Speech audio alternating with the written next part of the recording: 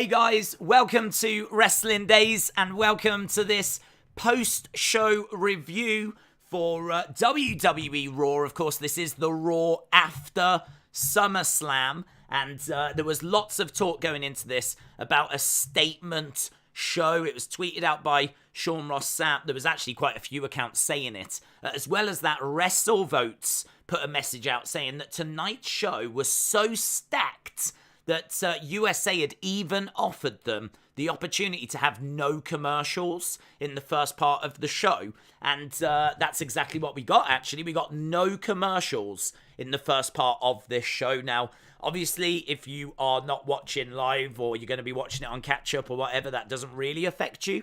But it was really cool, and it did definitely allow you to kind of get into that first hour.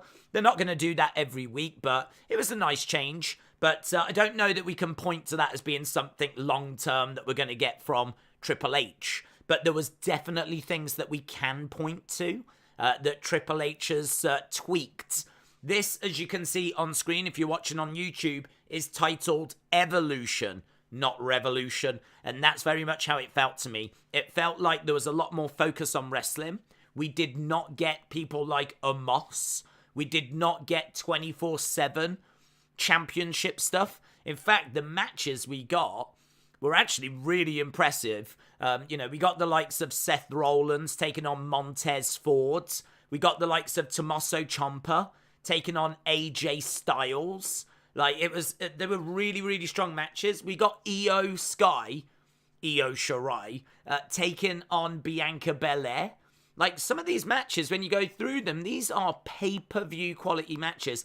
And not only that, the matches got time. Now, granted, some of the finishes were screwy, but the matches themselves, the action that we got, really did feel like we turned up the in-ring here. Really did. And as we said, there's other things that felt like they'd changed as well. So we're going to go through it all.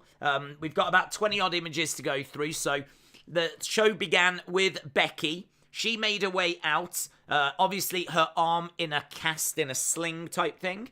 And she said that she had forgotten who she was. She had lost who she was, but she remembers who she is now. She says it's not about the fancy clothes. And actually, again, if you're watching on YouTube, she's wearing just like a black vest top. Very somber, actually, just in black. No outlandish gear whatsoever. No wild makeup or anything like that. She said that it's not about the fancy clothes. It's about pursuing and being better today than what you was yesterday. She said that the injury is painful and it is a separated shoulder, as had been reported. But it's not as painful as realizing she'd become so separated from reality. This was her really rehabilitating her character. We know that she turned face. We could all see it at SummerSlam. This was just furthering that. And after that, we got Becky in the ring. We got Bianca coming down. So Bianca made her way down. And Bianca, who for some reason had a nice suit on, but one of the legs was missing. I did joke on the watch-along that if this had been the final segment, that suit might have got finished. Because she's got just one leg totally exposed. But listen, that's fashion, and I do not claim to be up to date with fashion. But if that's what makes her happy, then so be it.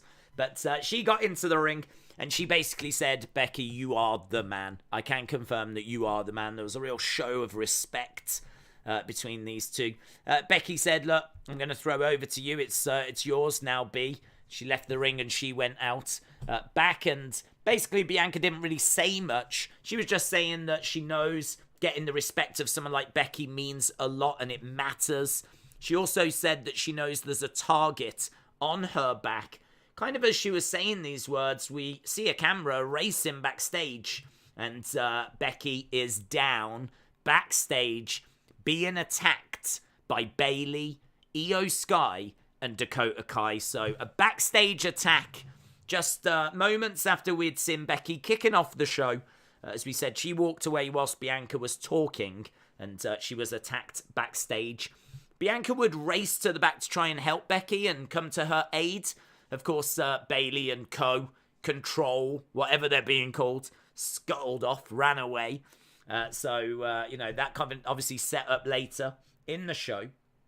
We got a nice little segment as well here. I absolutely loved this segment. It might not seem like much, but one of my criticisms of modern WWE has been the fact that they do not shine a bright light, or really much of a light at all, on their history, on their past. If you think about all of the icons that they have had in the company on a week-by-week basis, we just do not mention them. We do not talk about classic feuds, classic matches. We do not talk about, really former champions or anything like this. Not only did we get a segment highlighting the United States Championship, which I thought was a great thing to do because there was two semi-finals tonight, triple threats, where the winners got to a final. The winner would then face Bobby for the United States Championship next week. So there was quite a bit of this show given over to people trying to battle to be that number one contender.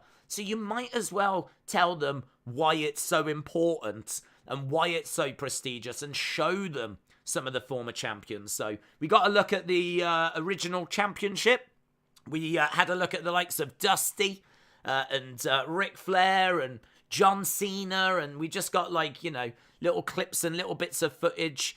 We saw stuff from WCW. It wasn't the longest segment, but this, I loved it. I loved it. I think that this is going to help make titles and championships feel more prestigious if you just get those reminders of the history of it, where we've been, rather than just next segment, here's a championship match. So I liked this. I thought this was a good positive change. In my SummerSlam review, I actually said that on commentary they were mentioning old names quite a bit. There was talk about Superstar Billy Graham. They mentioned Pedro Morales. They mentioned Bruno Sammartino. They spoke about SummerSlam 98 and classic old feuds and everything. And that is definitely something that I've noticed that has changed since Triple H has come in. He's not shying away from the history. He's not shying away from the past. And here it was celebrated. And that was great to see. Next up, we had our first of those two semi-finals. They were triple threat matches. So we had AJ and we had The Miz taking on Tommaso. No, hang on. It was AJ, Ali, and The Miz in a triple threat. The reason why I've got an image on screen now, if you are watching on YouTube, the reason why this image is here is because of the background. I'm not showing you the back of AJ Styles or showing you The Miz in pain on the floor. I'm actually showing you the LED screens. These LED screens now extend throughout the whole back of the kind of barricades and around the commentary table as well. So they've expanded the LED screens. I actually don't know. They might have done this last week or the week before, and maybe I'm only now just noticing. But I know they used to be just on the corners, but now they've extended it all the way around, and it looks great. It really does. It works. It looks great. I did say during the watch along that, does that mean they're not going to be able to throw them into it now? Because my understanding is those LED screens hurt when you get chucked into them.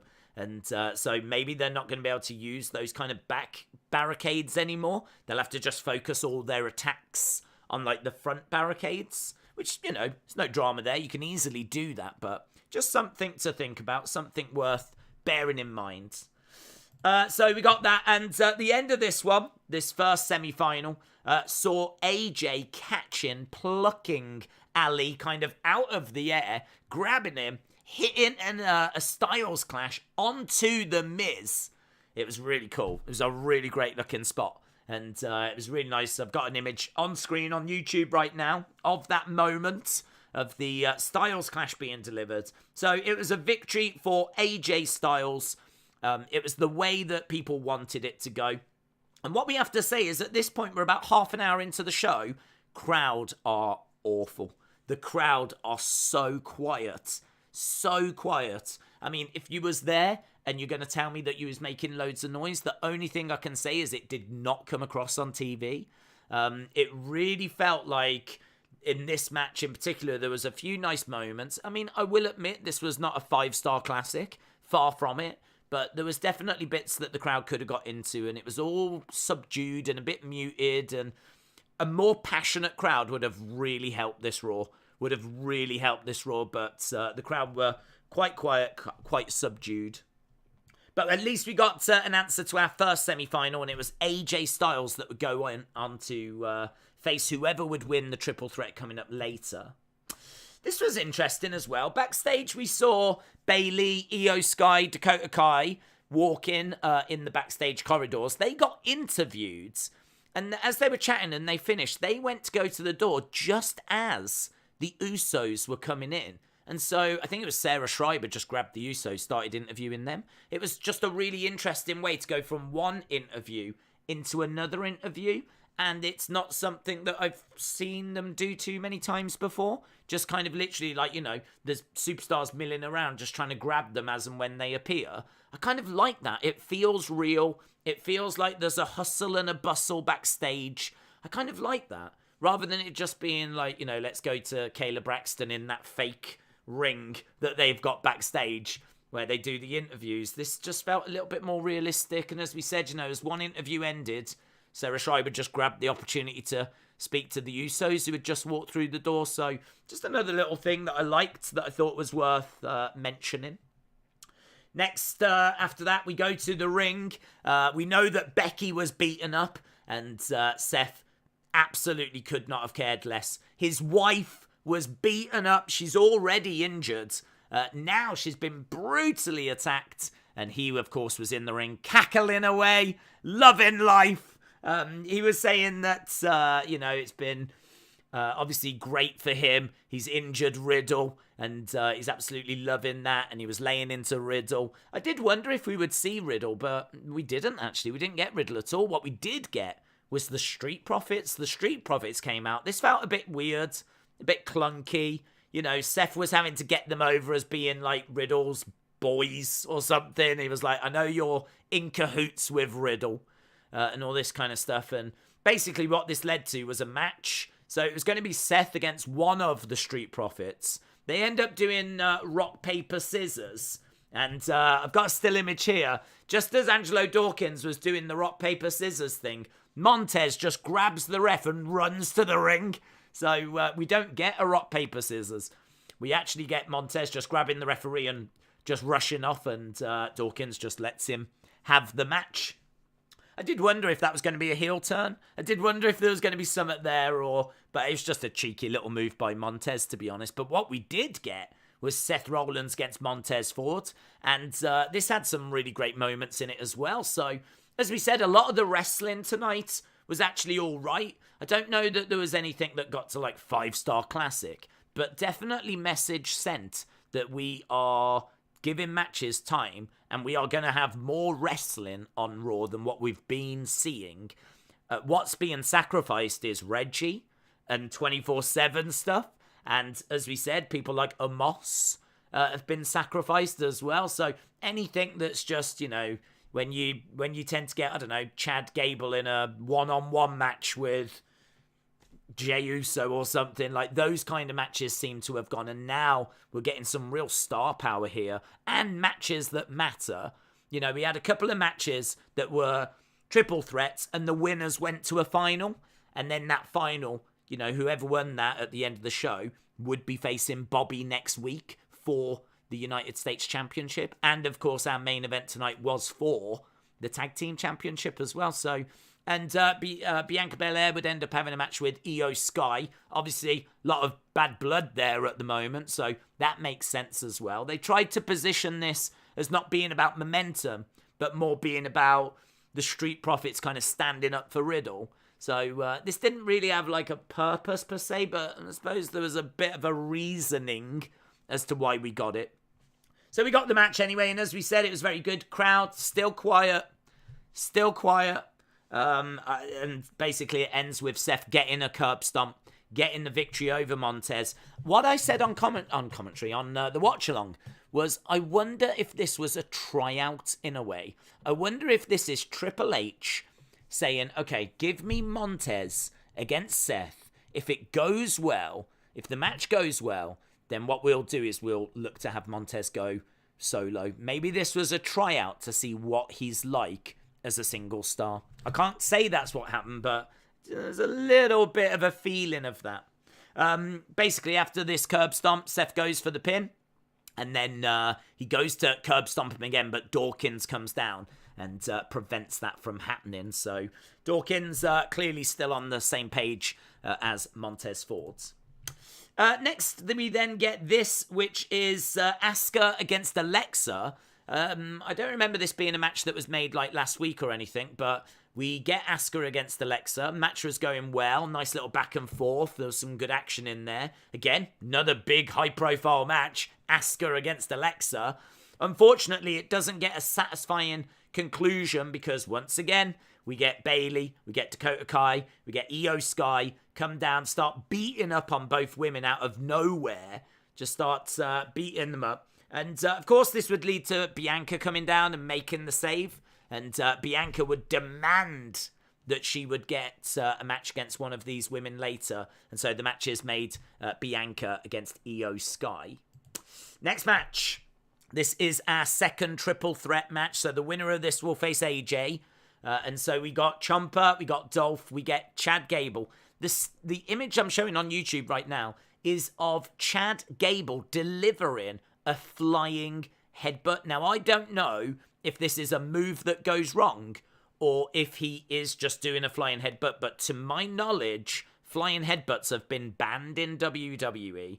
You know, concussions and brain traumas and head injuries.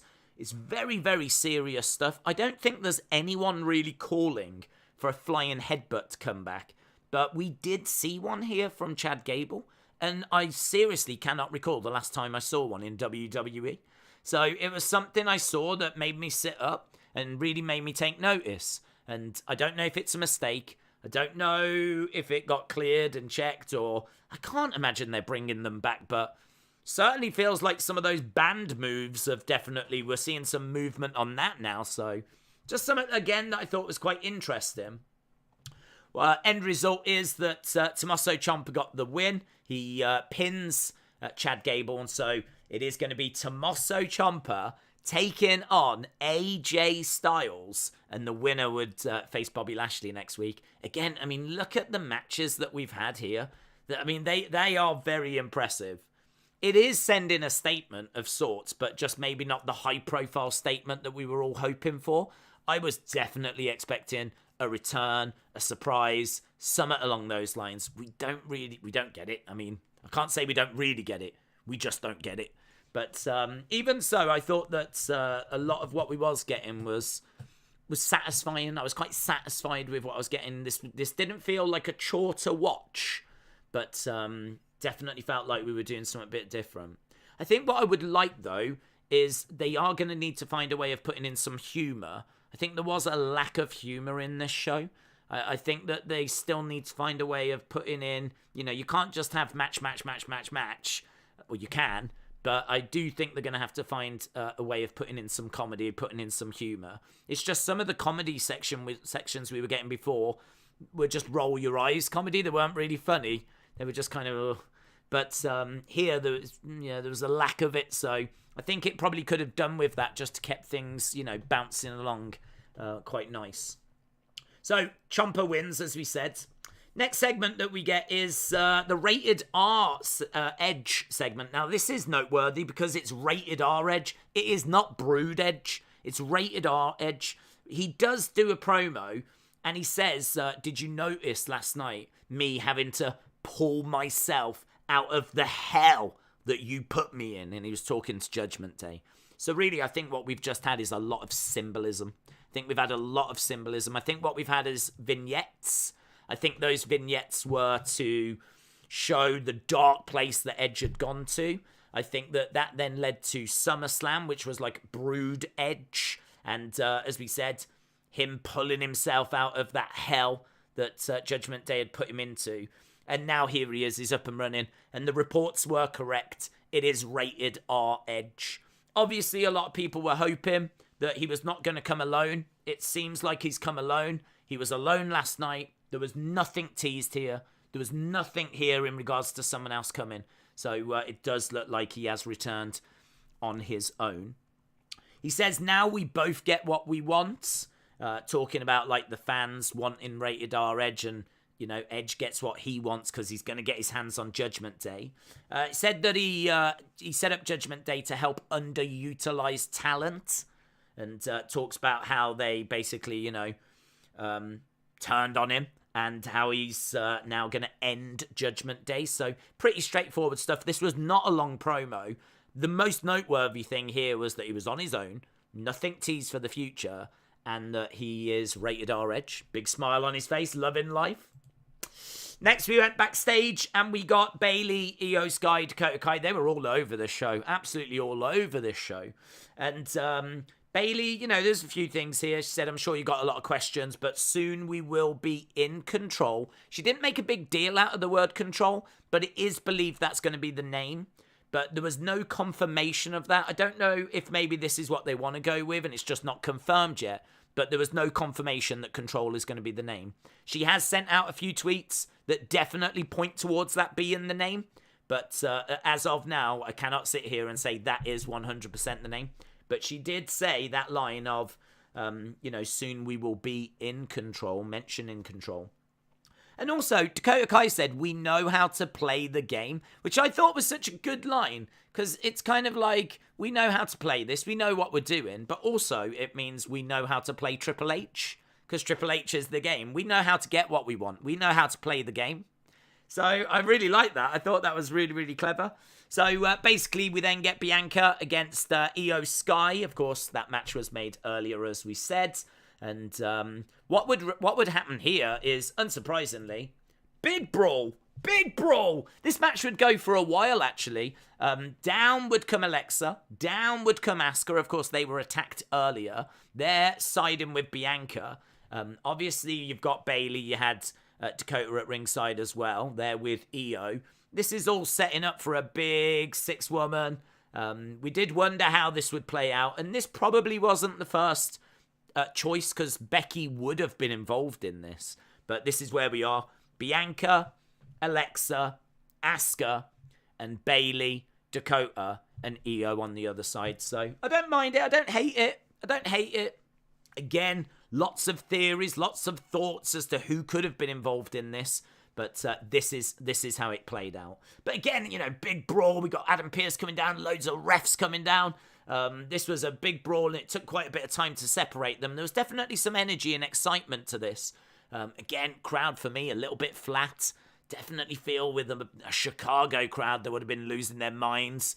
This could have been a lot better with a more boisterous crowd. But you can only work with what you've got, and hey-ho, it was what it was. Next, we had Booker T come out, and again, not only have we had video packages about, United States champions and how great it is, for this match, we actually got, which is the Ciampa against AJ match, we actually got Booker T, a legend, coming in on commentary. I mean, if you're going to be bringing in legends every week, that's going to be amazing. That's going to be great. We could do some really fun stuff with that. So this was nice. I don't know how planned in advance this was, but all of this was making this United States stuff feel more important, and all that's going to do is make next week seem more important. So I like this. I can get with this. I have no problem with any of this. So yeah, Booker was on commentary. What we got was AJ against Tommaso. Tommaso was legit beaten, and Miz grabs his leg, puts it on the rope. So he saves Tommaso. He helps Tommaso. There's another bit where AJ goes after the Miz. He grabs him, and basically the ref is counting. I think he gets to a 9. Really does look like once again the Miz is going to find a way of costing AJ. Ultimately, he does, because AJ is so distracted he gets caught by Tommaso, and we end up getting a victory for Tommaso Ciampa. Tommaso Ciampa wins this match thanks to a lot of outside help from The Miz. And so next week, Bobby Lashley takes on Tommaso Ciampa for the United States Championship. So they did a good job of building all of that. I thought it was good. That brought us to the main event. Not long left in the show here. We got with about 15, 20 minutes left to go. On the watch along, I'm like, are they going to make a statement? Like, has it been saved for this final bit? Is Dominik going to turn? And we're just constantly waiting for like something big, because there was a lot of reports this was going to be like Raw after WrestleMania. It's not. I mean, it's just not. It's not Raw after WrestleMania. But as we said, there's some nice little changes. Pacing of the show was good. Lots of wrestling. If you look at the actual matches that you get, they got time and there were big names that were involved. Like how prestigious the championship's being made to look. Like the fact that we've brought a legend onto the show. I like some of the promo stuff that we're seeing backstage. There's changes here. There's definitely changes, but once again, evolution, not revolution. And so we get to our main event. The main event is interesting. There's a really interesting, look at this camera angle. I know if you're not watching this on YouTube, you won't be able to see it, but it's kind of like a panning, kind of sweeping camera angle, and it's really zoomed out. You can see the crowd in the background. You can see that, I think that's Jimmy, I don't know if it's Jimmy or Jay on top with Dominik, going for a superplex. It's got a big kind of wide shot. Just do not see these kind of camera angles. So, again, I don't know if that's something that's changed. Is maybe we're starting to see some different camera angles being used now. This is a camera angle I've definitely seen in NXT. Definitely seen it in NXT. Seen it in NXT 2.0, but I don't know if I've seen it on Raw that much. So, that was, again, something that just jumped out to me. But anyway, bottom line, Usos get the win in the main event. It was for the tag titles. Perfectly fine action, perfectly fine match. All the matches were fine tonight. I don't think anything got to 5 stars or anywhere close, but still, you know, good. Lots of focus on in-ring. So Usos win. Of course, that meant the Judgement Day would come out. We hadn't seen Judgement Day. Rhea, Damian, Finn. We hadn't seen them, guys. They came out. They start beating up the Mysterios. That brings out Edge racing down to the ring. And then we get this moment, which is really interesting. I'm interested to see how this is going to play out, because Edge spears Dominik by mistake. He's going for Finn Balor, runs at him, and Finn manages to... Well, I don't think Finn moves out the way. I think Rhea pushes Dominik in the way, and so Edge ends up spearing Dominik, and basically the show ends with Dominik down. And what I said was the worst medical team I've ever seen. So we've got 2 officials in there that were being told of the medical team. They are literally looking around going, does anyone know first aid? Like, they are providing no medical assistance whatsoever. Like, Dominik is screaming in pain, and they're just like, we probably need to do something. Probably, does anyone know what to do in this situation? I was joking on the watch along. I wonder if they lied on their CVs. Do you think on their CVs it says, like, first aid trained? So they were like, okay, well, we can use you for that. And now they've been called into action. They're like, I mean, everyone lies on their CV. It's just not too many people get caught out on international television. But hey-ho.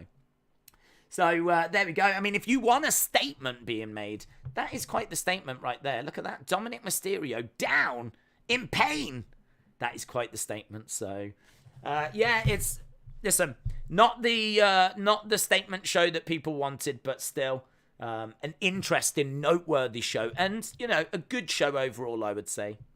Let's jump over to the chat and see what people are saying. Erasure Mind said an interesting end there to Raw.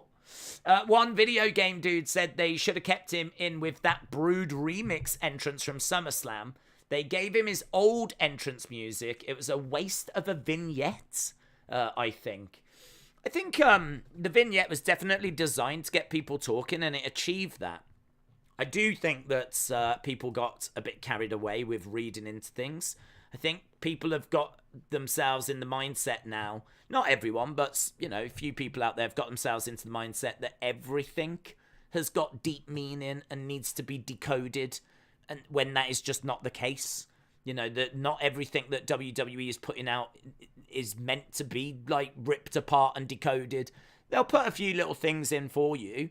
Do you know what I mean? There'll be a few things there for you, but I think this was always just a way of... The problem is that there's a lot of fans out there that obviously knew this was Edge and jumped on that straight away. But if you're a young kid that does not know really, you know, Edge's backstory, you might not have known who that was. It's just that we live in an age now with social media where it was, worked out and put out there very quickly.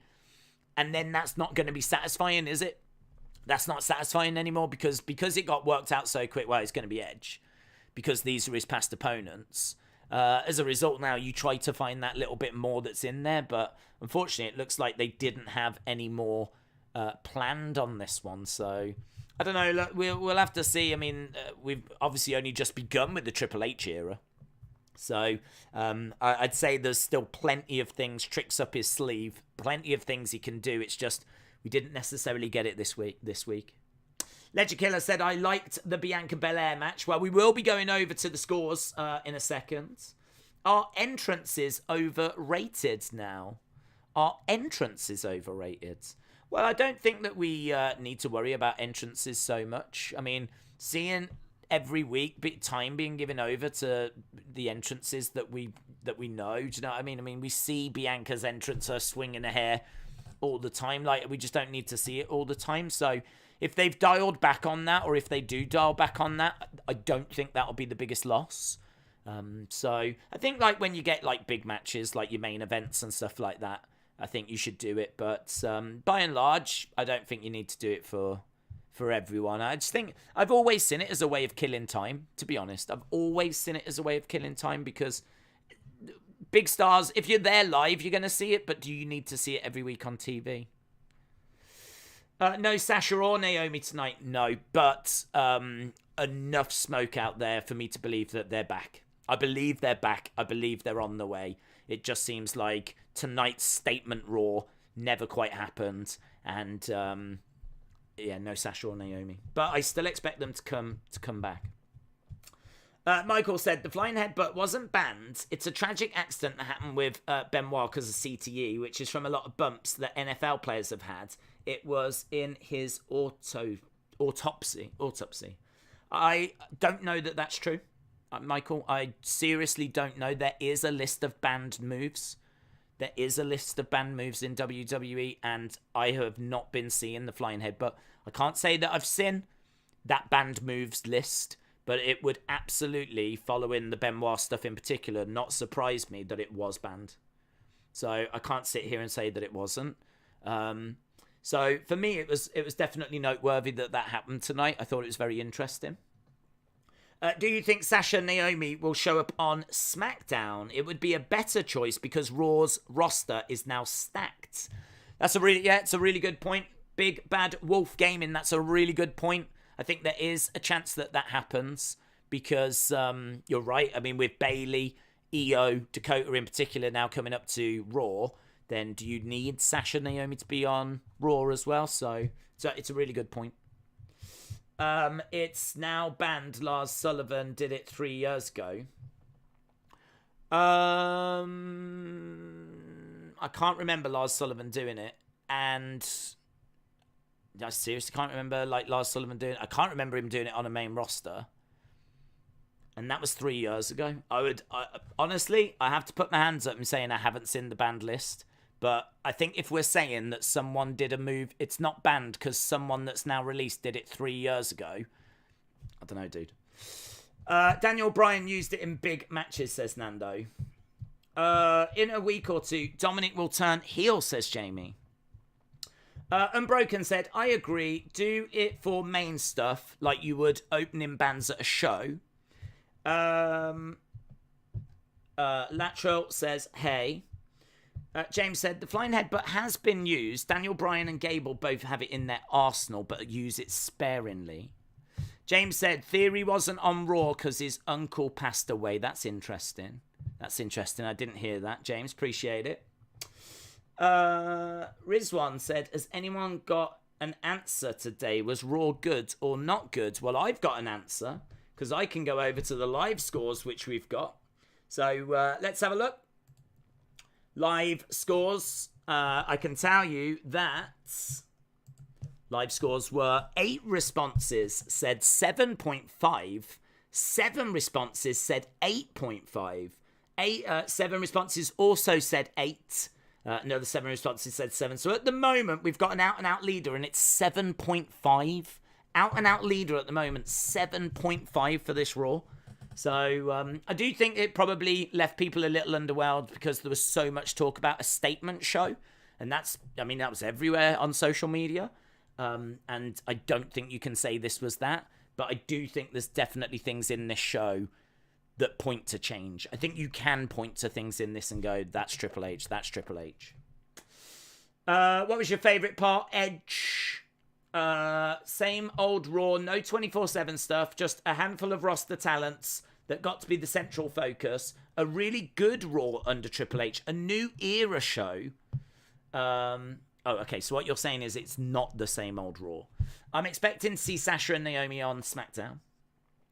Shame there was hype but not much to compensate for it. Takeaway was there was a few amazing matches and the triple threats I enjoyed. Alexa Bliss being on Raw twice this week. I'm excited to see what's next for Alexa. Dominik Mysterio being speared is a favourite. Favourite Edge's promo because he actually acknowledged the heelish ways and told us he's a face again. Ciampa and Control, but honestly really loved the show. A lot of wrestlers and no rematches. Nando says that. I saw a few minutes of the main event. Edge saved Mysterios, says Hayden. That's true. I'm not sure they're thanking him right now, though. Dominik probably isn't. No silly segments. I really enjoyed Becky Lynch. The Styles Clash transition from the 420. Wrestling being the focus. Everything with Bayley, Iyo, and Dakota. Great wrestling in every single match. What was your least favourite part? Nothing in my mind was bad. Nothing was great. It was average or good. Probably the main events. Least favourite part of the show. I didn't have one. It was just non-stop action. Usos retaining was least favourite. DQ and the Brawl afterwards. Some of the matches felt like they dragged on. I guess no return or big moment. Hello, I have massive balls. We need none of this. The crowd, in all fairness, he didn't dwell on it too much. No, he didn't dwell on it as much as what we've seen. The crowd and the Alexa Bliss haters on Twitter. Dolph Ziggler not being number one contender. Alexa, Asuka, but it did serve a purpose. I didn't really find anything offensive. So there we go. There was plenty of people that got something from this show. And even if it didn't, blow people's minds, it still definitely was worth watching. And I think, as we said, you can point to it as this being definitely some green shoots. I still think that it's a work in progress, though. I do think there needs to be more humour on the show. And I'm looking forward to seeing what we get at SmackDown. So we'll wrap it up there, my friends. I appreciate you joining us. I hope you enjoyed the show tonight. Thank you for joining our watch along. The official score is 7.5 from the community for this show. I would say it was good. I would also say could be better. This is actually a show I think that you could deliver on a very consistent basis. I don't see any reason why this show is not something you can deliver week in, week out. So yeah, awesome. Appreciate the support. Thanks a lot for watching, and I will see you again next time. Bye for now.